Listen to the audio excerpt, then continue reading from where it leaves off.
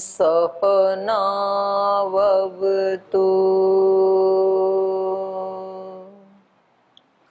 सहनौ भुनक्तु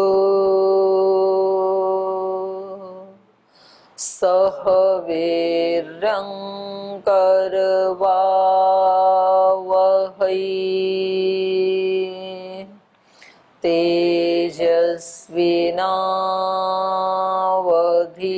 तेजस्विनावधीतमस्तु मा विद्विषावहै।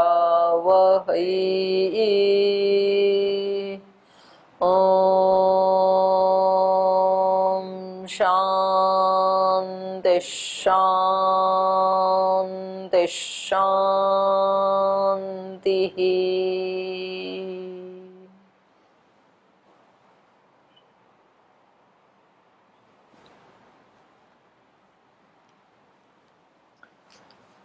तो न्याय दर्शन के तृतीय अध्याय का द्वितीय आह्निक आज हम प्रारंभ करेंगे।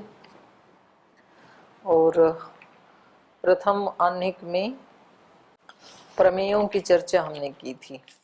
प्रथम अध्याय में लक्षण उद्देश्य पढ़ा, द्वितीय अध्याय में फिर स्वयं प्रमाण की परीक्षा की, और तृतीय अध्याय से फिर प्रमेयों की परीक्षा शुरू हो गई। तो इसमें तृतीय अध्याय में हमने आत्मा, शरीर, इंद्रिय, अर्थ, बस यहाँ तक की ही परीक्षा की है प्रथम आह्निक में, है ना। तो आत्मा के बारे में न्याय दर्शन का क्या निर्णय है बताइए, परीक्षा से क्या निकला? आत्मा के बारे में क्या परीक्षा से निकल के आया, परिणाम क्या है, रिजल्ट क्या है?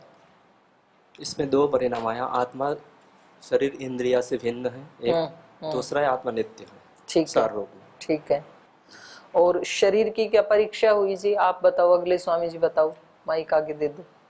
शरीर के बारे में न्याय दर्शन का क्या कहना है? त्रिगुणात्मक। नहीं, 5 भौतिक है, इन्होंने ये बताया। प्रसंग चला ना एक, कुछ कहते हैं कि ये तो त्रिगुण तक तो जाता ही नहीं, इनकी तो यात्रा ही शुरू होती है परमाणु से, उससे पीछे नहीं जाते ये। तो इन कोई कह रहे थे कि 5 भौतिक है, 4 भौतिक है, 3 भौतिक है, 1 भौतिक है, ये भी चला कि केवल त्वचा ही है। तो निष्कर्ष क्या निकला? 5 भौतिक है। ठीक है। फिर आया इंद्रियों का, आगे दे दो स्वामी जी। इंद्रियों की क्या परीक्षा की, न्याय दर्शन क्या कहता है? इंद्रियों में तो बड़ी विशेष परीक्षा हुई इसमें। इंद्रियों के विषय में कहा कि इंद्रियां जो है न्याय दर्शन के अनुसार, जैसे चक्षु इंद्रिय के विषय में बताया। नहीं, पहले शुरुआत यहाँ से हुई कि इंद्रिय एक है कि अनेक हैं। हाँ, तो इन्होंने कहा कि इंद्रियां तो अनेक हैं। तो इंद्रियां कितनी हैं? 5 इंद्रियां मानते हैं। हाँ, विशेष। और अब ये इंद्रियां जो हैं ये भौतिक हैं या अभौतिक हैं? हाँ, तो न्याय दर्शन के अनुसार तो इंद्रियां भौतिक हैं। हाँ, और क्या बताया?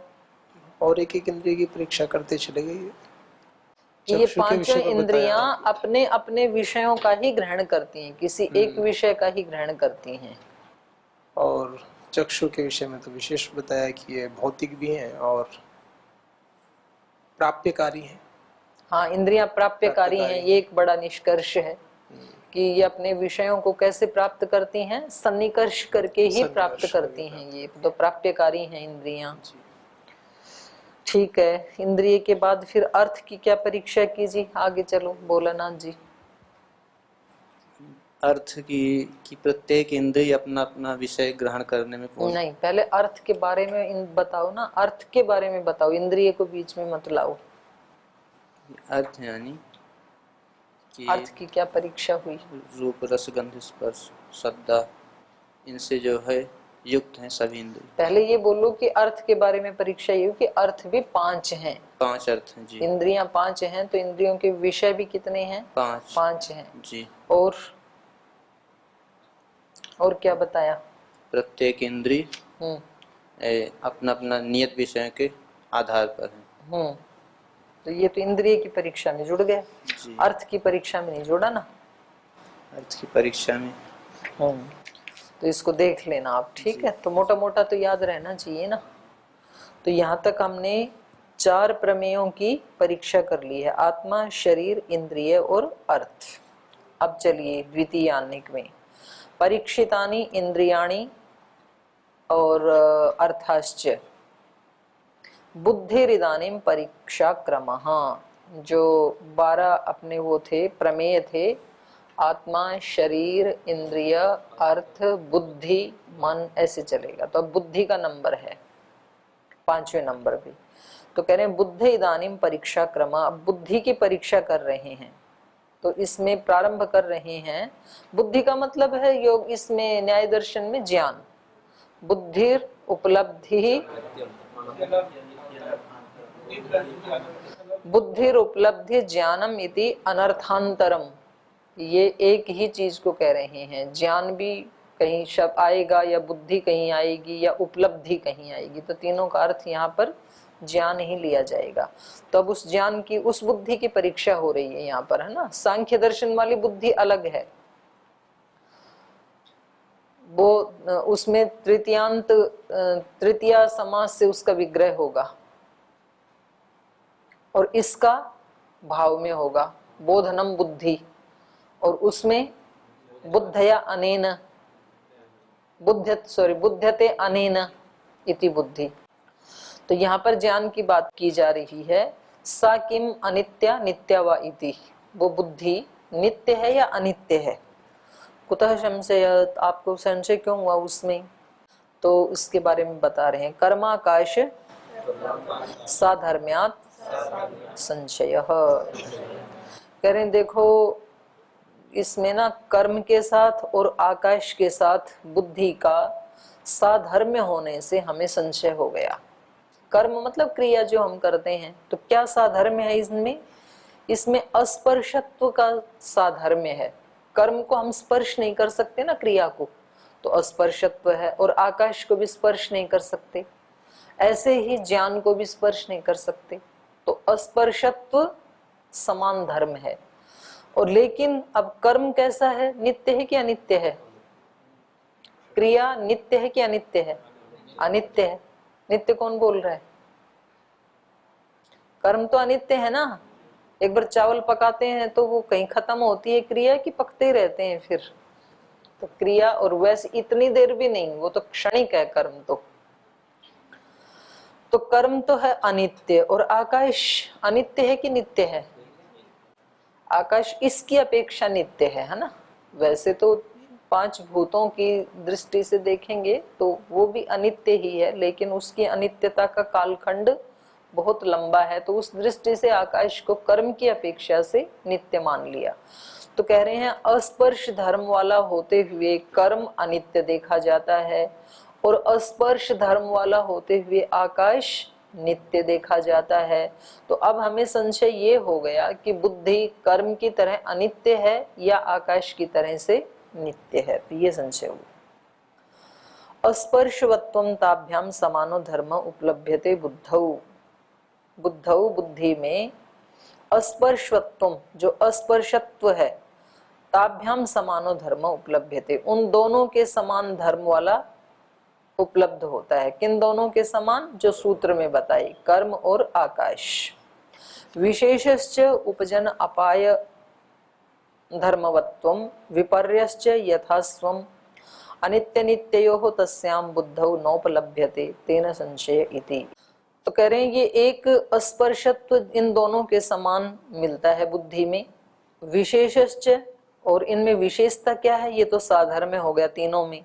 अब एक एक की विशेषता बता रहे हैं। विशेषश्च उपजन अपाय धर्मवत्वम, ये कर्म के लिए कह रहे हैं। कर्म कैसा है, उपजन अपाय धर्म वाला है, माने उत्पत्ति और विनाश धर्म वाला है कर्म तो। और विपर्यश्च यथास्वम, और दूसरा जो है आकाश, वो यथास्वम, यथास्वम माने नित्य है, अपनी आत्मा में स्थित है, वो अपने स्वरूप में, अपने स्वरूप में स्थित है। तो इस प्रकार से अनित्य नित्यो हो, कर्म अनित्य है, आकाश नित्य है, तो अनित्य और नित्य इन दोनों में तस्याम बुद्धौ नोपलभ्यते। तो अब हमें बुद्धि के बारे में पता नहीं चल रहा है कि ये कर्म की तरह अनित्य है या तो आकाश की तरह से नित्य है। तेन संशय इति, इसलिए हमें संशय हो गया। अनुपपन्नः खलु अयं संशय सर्वशरीरिणां ही प्रत्यात्म वेदनीया अनित्य बुद्धि सुखादिवत। बोले ये संशय तो उपपन्न नहीं होगा, ये संशय की बात ही नहीं है इसमें। कह रहे हैं अनुपपन्न खलु अयम संशय, ये संशय उत्पन्न होने की गुंजाइश ही नहीं है, नहीं उपपन्न नहीं होगा। क्यों नहीं होगा? सर्व शरीरिणाम ही प्रत्यात्म वेदनीया, सब मनुष्यों का ये अपना अनुभव है। प्रत्यात्म वेदनीय मतलब सबके अनुभव की बात है। अनित्य बुद्धि, ज्ञान क्या है? अनित्य है। कैसे? सुखादिवत, सुख आदि की तरह।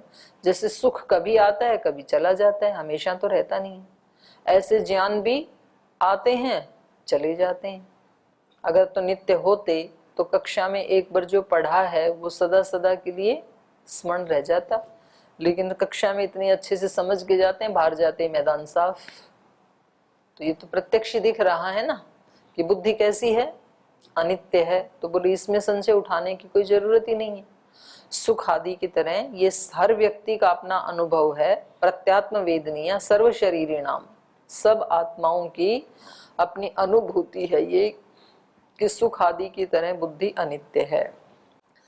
भवती च संवित्तिर ज्ञास्यामि जानामि अज्ञासिसम इति, और कह रहे हैं ये भी सब की अनुभूति है, इसीलिए तो हर व्यक्ति इस शब्द का प्रयोग करता है। ज्ञास्यामि, मैं जानूंगा इस विषय को, और जानामि, इस विषय को अभी जान रहा हूं, और अज्ञासिसम, इस विषय को मैं जान चुका हूं।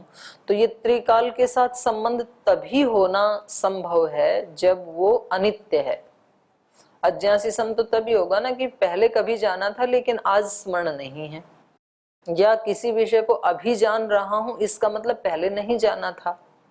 तो जिसकी उत्पत्ति है उसका विनाश भी होगा, और आगे जानूंगा इसका मतलब अभी नहीं जाना है, तो जिसका प्रारंभ है उसका अंत है। तो इसी से पता लग रहा है, ये हम सब की अनुभूति है कि कुछ हम विषयों में त्रिकाल का प्रयोग करते हैं।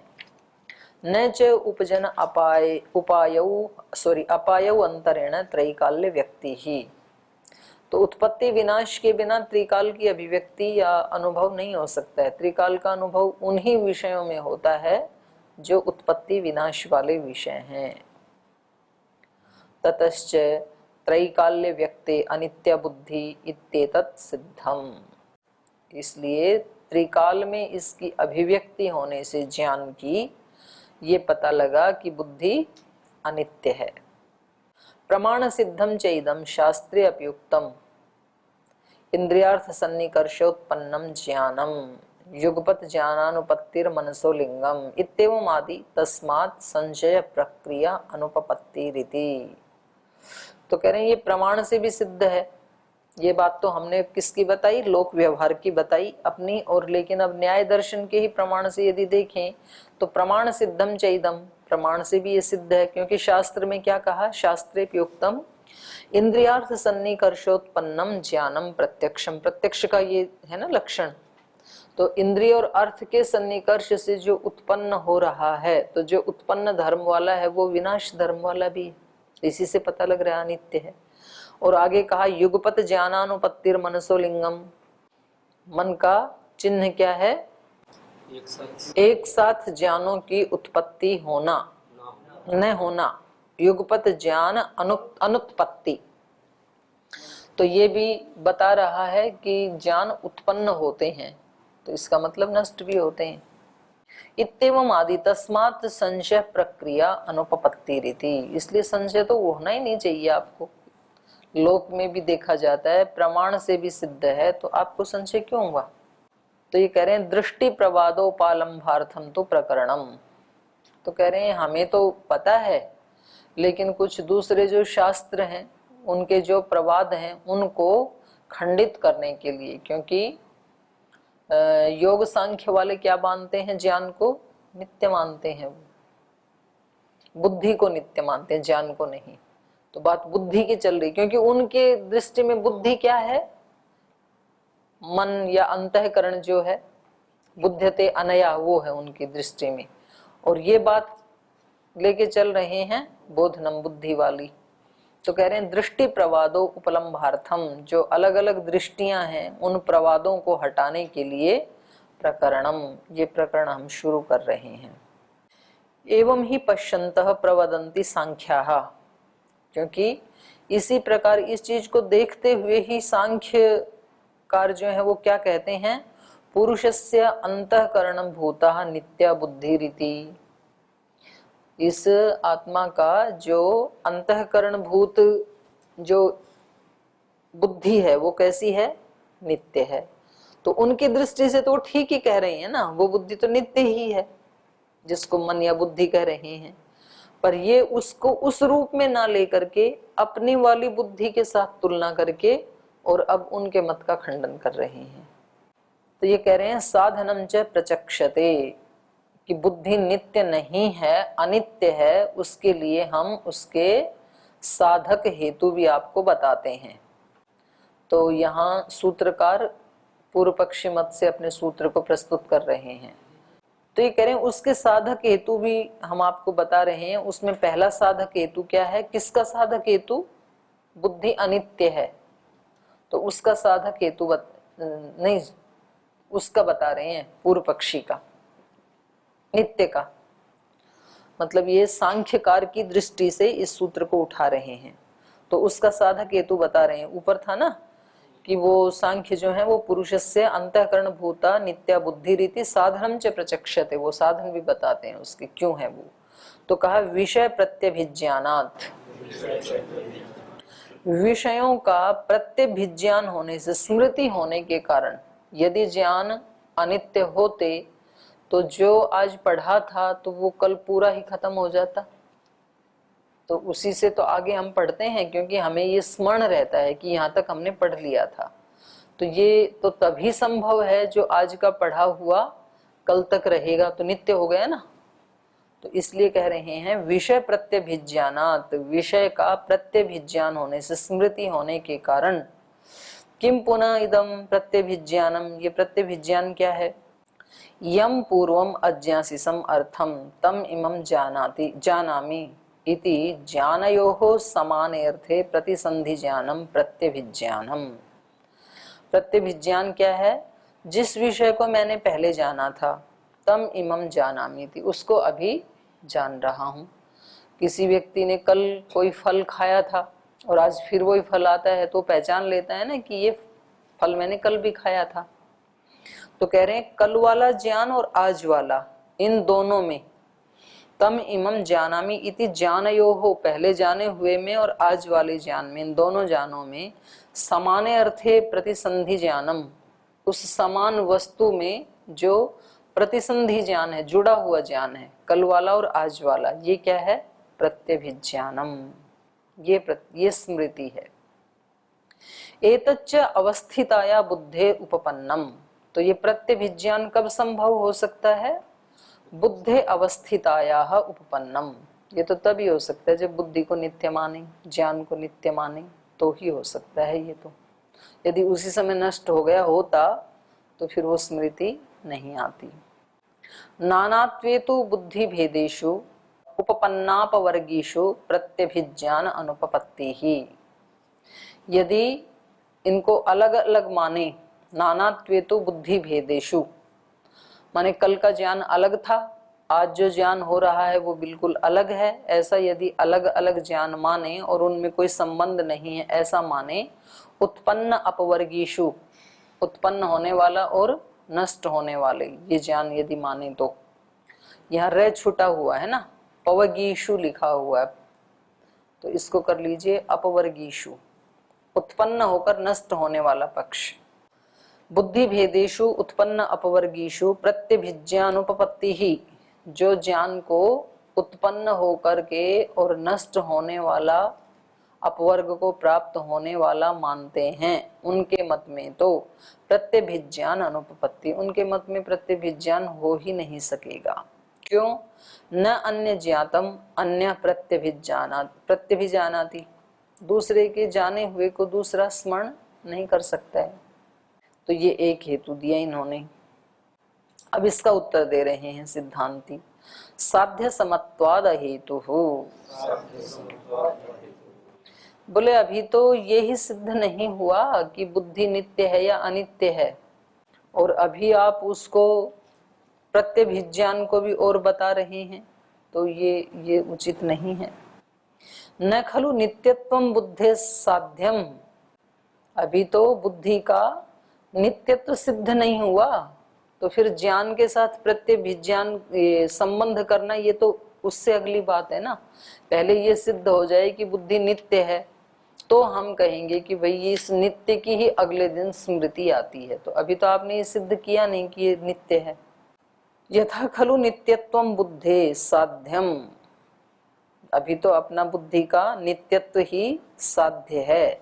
एवं प्रत्यभिज्ञानम अपि इति, प्रत्यभिज्ञान तो तब हो जब बुद्धि नित्य सिद्ध हो, तो प्रत्यभिज्ञान भी तो साध्य कोटि में ही है। किम कारणम, चेतन धर्मस्य करणे अनुपपत्ति ही, क्योंकि जो आप प्रत्यभिज्ञान कह रहे हो ये चेतन का धर्म है ज्ञान, इसलिए जो चेतन का करण है उस करण में नित्यता की अनुपपत्ति होने से या ज्ञान की अनुपपत्ति होने से, पुरुष धर्म खलु अयम ज्ञानम, ये ज्ञान तो पुरुष का धर्म है, चेतन का धर्म है।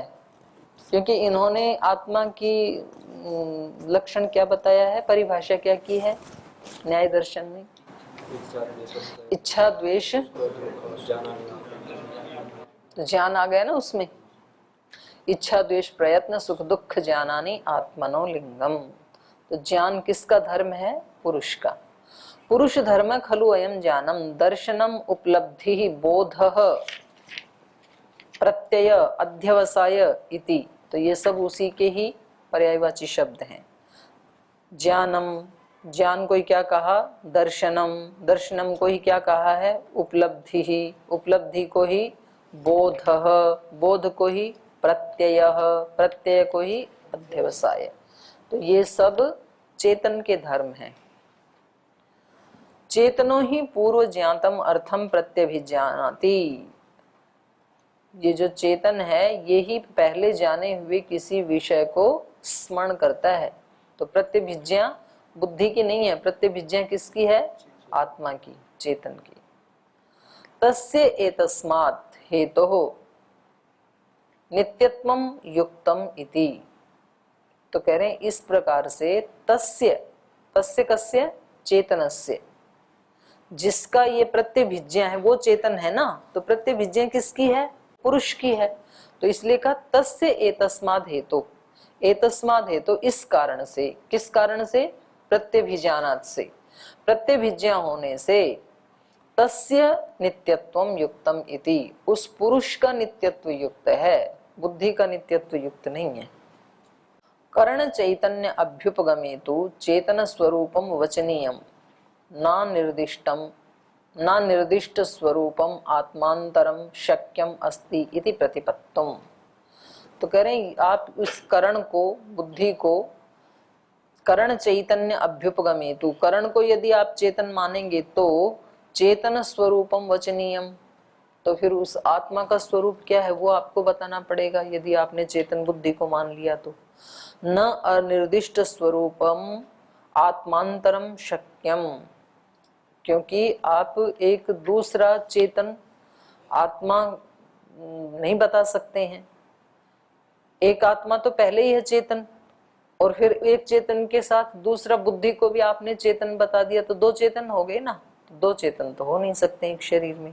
न अनिर्दिष्ट स्वरूपम आत्मांतरम, क्योंकि कहीं भी निर्दिष्ट ही नहीं है कि एक शरीर में दो आत्माएं होती हैं, तो निर्दिष्ट तो एक ही है। तो इसलिए अनिर्दिष्ट स्वरूपम आत्मांतरम न शक्यम अस्ति इति प्रतिपत्तुम। ज्ञानम चेद बुद्धे अंतःकरणस्य अभ्युपगम्यते, बोले ये जो ज्ञान है, ज्ञान चेत बुद्धे अंतःकरणस्य अभ्युपगम्यते, बोले हम ये ज्ञान बुद्धि का या अंतःकरण का ही धर्म है ऐसा माने तो चेतनस्य इदानीम किम स्वरूपम, तो फिर बोले ये बताओ कि चेतन का क्या स्वरूप है, फिर आत्मा का को धर्म है, उसका क्या धर्म है, किम तत्वम, उसका स्वरूप क्या है, ये आपको बताना पड़ेगा। यदि आप ये कहें कि बुद्धि को ही हम चेतन मान लेते हैं, उसी को ही ये प्रतिभिज्ञा होती है, तो फिर आप ये बताओ कि अब इसका चेतन का स्वरूप क्या रहेगा, फिर इसका क्या धर्म होगा, इसकी क्या स्वरूप रहेगा। ज्ञानेन च बुद्धौ वर्तमानेन अयम चेतन किम करोति इति। बोले ज्ञान जब बुद्धि में वर्तमान हो गया, बुद्धि में स्थित है ज्ञान, ज्ञान धर्म यदि बुद्धि का है, ज्ञानेन च बुद्धौ वर्तमानेन अयम चेतन किम करोति, फिर चेतन क्या करेगा। ज्ञान तो चेतन का धर्म था ना, वो आपने बुद्धि में बता दिया, तो ये क्या करेगा अब। तो जैसे कोई आकर के यहाँ पर पतंजलि योगपीठ में बोल पतंजलि योगपीठ का मालिक तो मैं हूँ, तो फिर उससे पूछेंगे फिर भाई स्वामी जी क्या करेंगे तो मालिक है तो यहाँ पर यदि बुद्धि चेतन का काम करेगी तो ये चेतन क्या करेगा, फिर आत्मा क्या करेगा स्वामी जी और पतंजलि बना देंगे।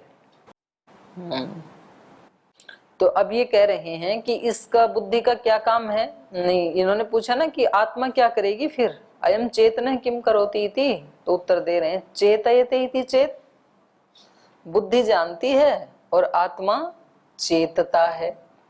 बोलते हैं ना चेत जाओ थोड़ा, तो चेतने का मतलब क्या है, जानना ही होता है। तो ये उसको शब्दांतर से ना उसको भेद करना चाह रहे हैं कि हम जानाती, ये तो बुद्धि का धर्म है, और फिर बोले आत्मा क्या करे, बोले आत्मा जाने हुए को चेतता है, वही अर्थ है चेतयते इति चेत। यदि हम कहें कि आत्मा चेतता है तो कह रहे हैं न ज्ञानात अर्थांतर वचनम, न ज्ञानात अर्थांतर वचनम। बोले ये वचन चेतना ये ज्ञान से भिन्न थोड़ी ही है, ज्ञान के समान ही है ये तो। पुरुषः चेतयते बुद्धिर्जानाति इति न इदम ज्ञानाद अर्थांतरम उच्यते, ऐसा कह करके आप ज्ञान से कुछ भिन्न नहीं बता रहे हो। चेतयते या जानाति एक ही बात है। चेतयते, जानीते, बुध्यते, पश्यति, उपलभते इति एकोयम अर्थ इति, इन सभी शब्दों का एक ही अर्थ है। चाहे आप चेतयते कहें, चेतयते का अर्थ ही क्या है, जानीते, जानीते मतलब बुध्यते, बुध्यते माने पश्यति, पश्यति मतलब उपलभते इति एकोयम अर्थ इति, इन सब का एक ही अर्थ है।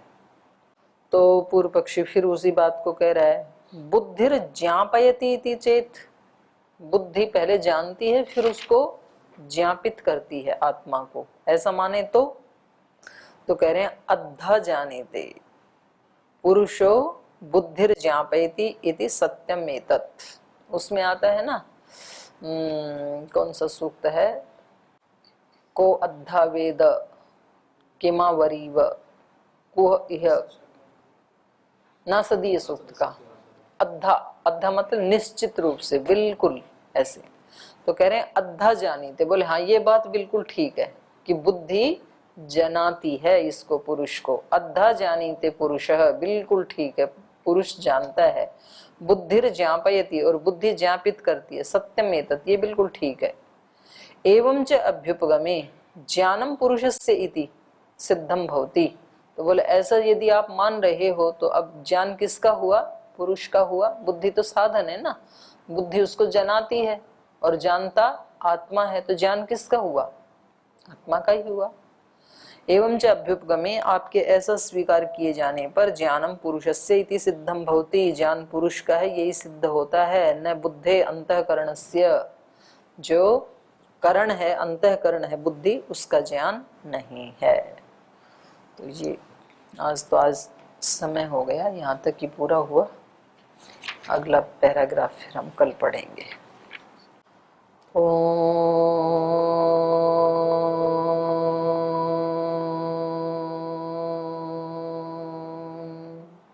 शांति शांति शांति।